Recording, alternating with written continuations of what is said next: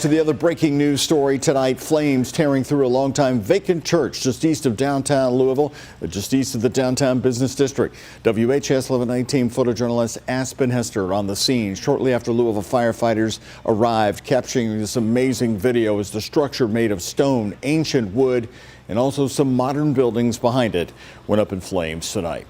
Louisville Fire Department says even though the church is vacant, they got reports of people in the place, with one victim running from the fire.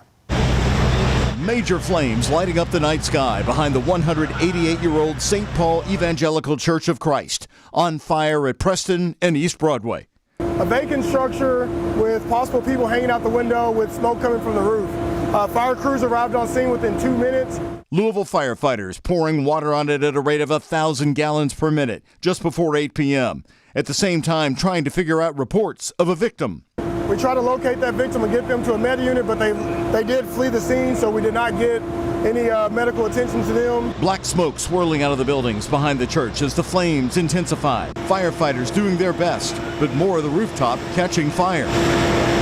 Water pouring on the fire from everywhere, jetting through what was at one time stained glass windows, greeting parishioners. It's an old church like this, you know how they were built back a long time ago. You have heavy timber, and that stuff, once it gets burning, burns a lot. You can see we have about 5 master stream aerials up in the air, just pouring as much water as we can.